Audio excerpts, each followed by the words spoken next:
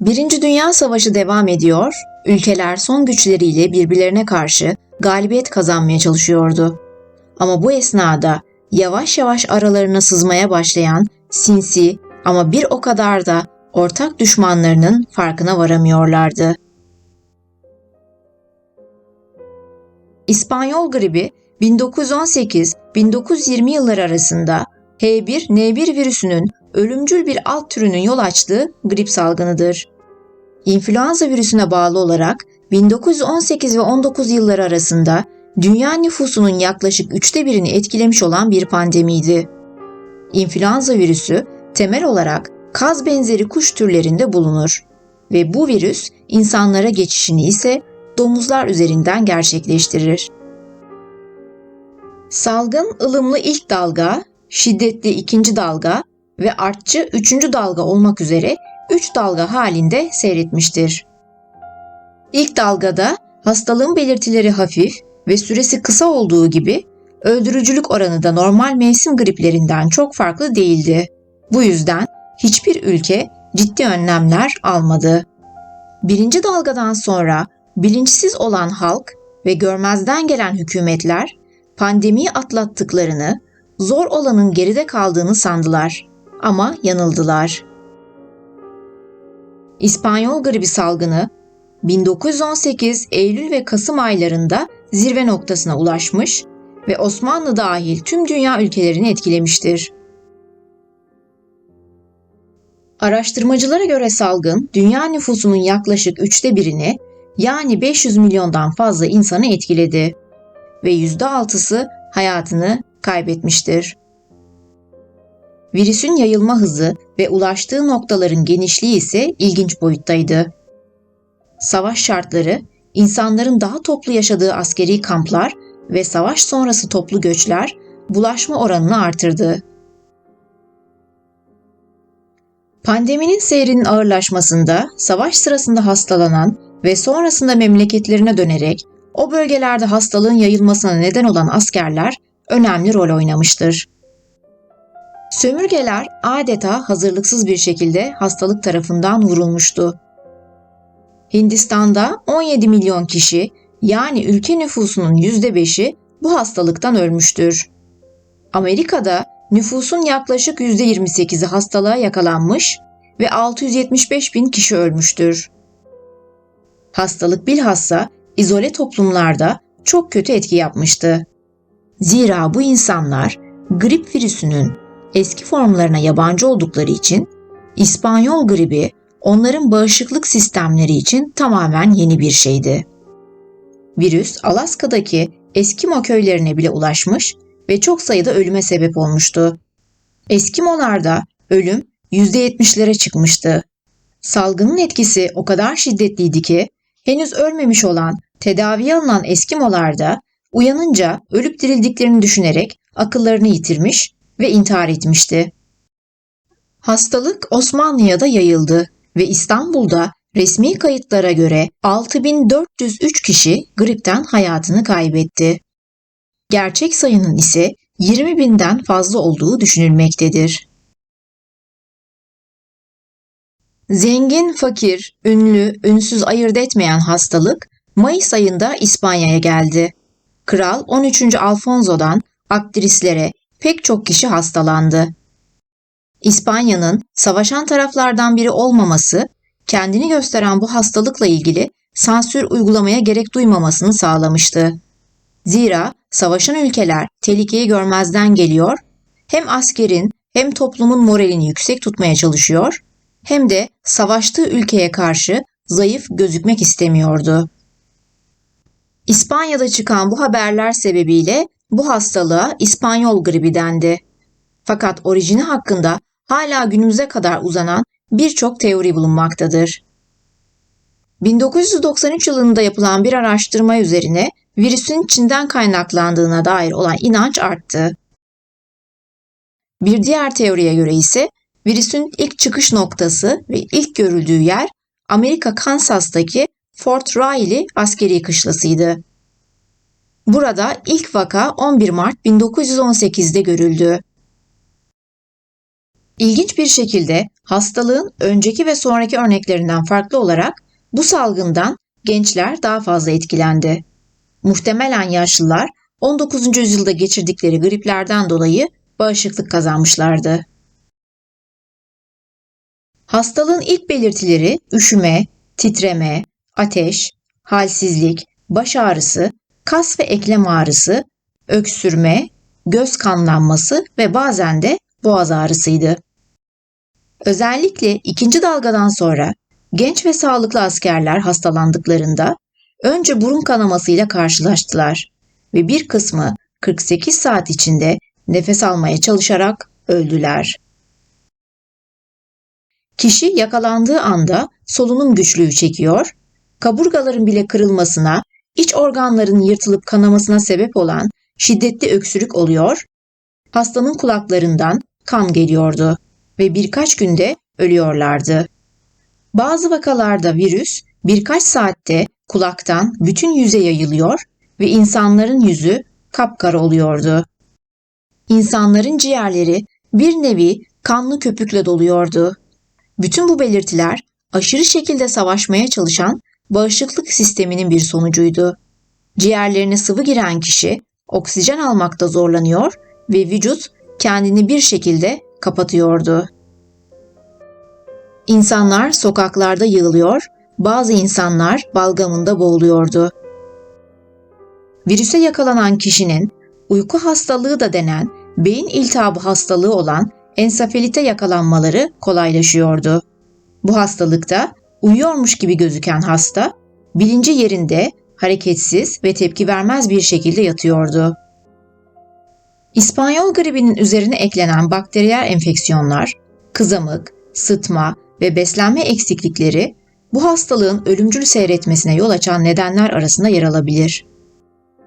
Gribe yol açan virüsün gen dizilimi ancak 2005'te bulunabildi.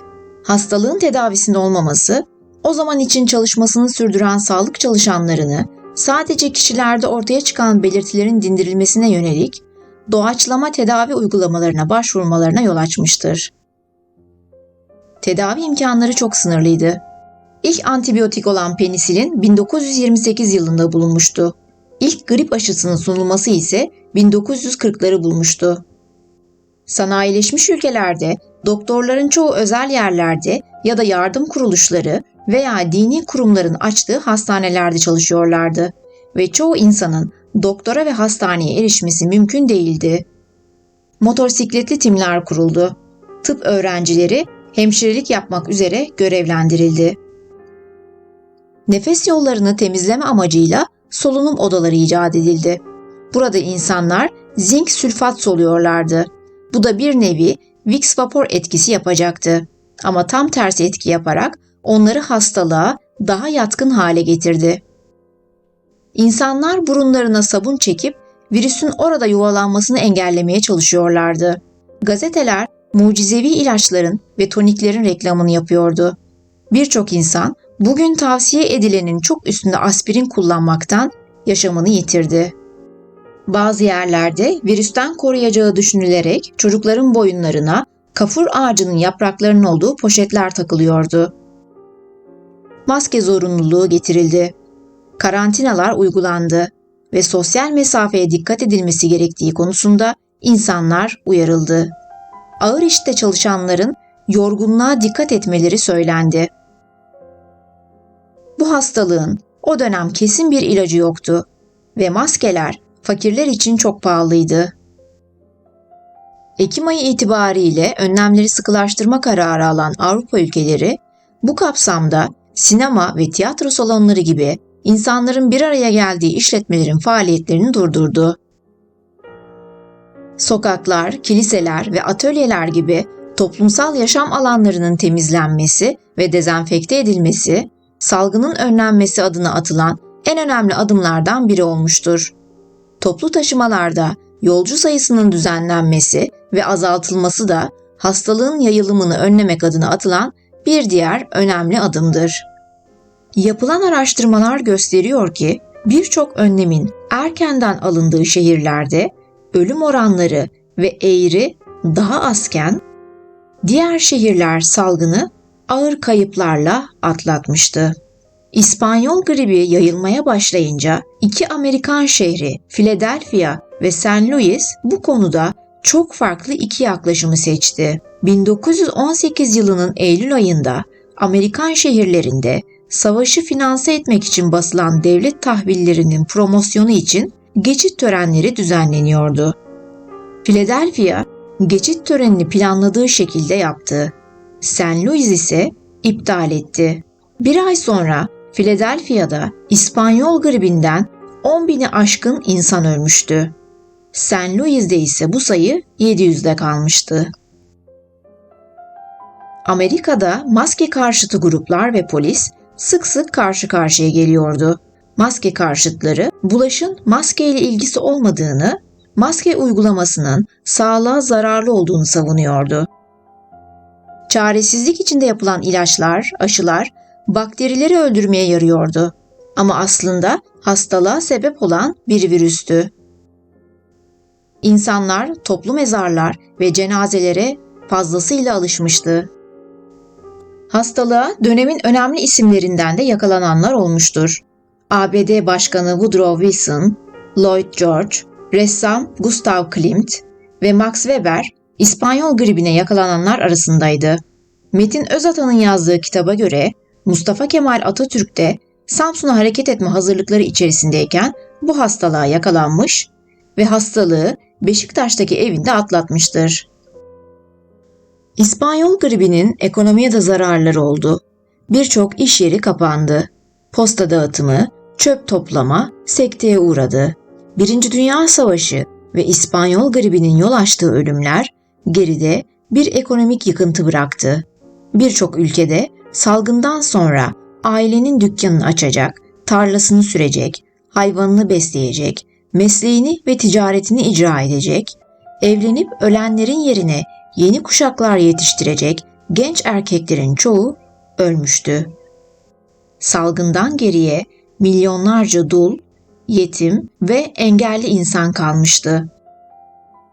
İspanyol gribi birçok ülkede toplumsal cinsiyet rollerini kökünden sarstı.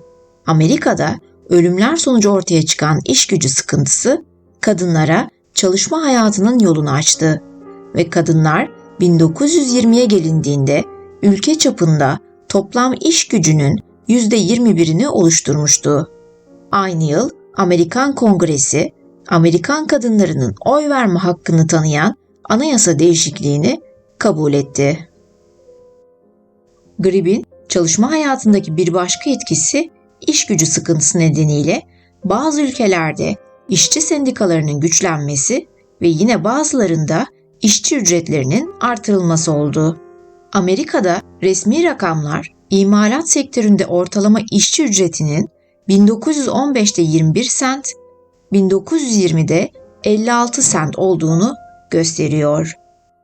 Uzmanlar İspanyol gribi yıllarında doğan çocuklara ne olduğunu da araştırdı. Bu yıllarda doğan çocukların salgın öncesi ve sonrası dönemlerde doğanlara göre kalp hastalıkları da dahil bazı hastalıklara çok daha fazla yakalandığı ortaya çıktı. İngiltere ve Brezilya'da yapılan analizler 1918-19 yıllarında doğan bebeklerin büyüdüklerinde diğer dönemlerde doğanlara göre daha az eğitimli ve daha az düzenli iş sahibi olduklarını da ortaya koydu. Bazı uzmanlar pandemi sırasında hamile olan kadınların yaşadığı sıkıntıların anne karnındaki çocuk gelişimini etkilediği teorisini ortaya atıyor. Amerika'da askere alınanlarla ilgili istatistiki verilerin analizinde ilginç bir sonuç ortaya çıktı. 1915 ve 22 arasında doğanların askere alınış kayıtlarına bakıldığında 1919'da doğanların boy ortalamasının diğer yıllarda doğanlardan yaklaşık 1 milimetre kısa olduğu görüldü.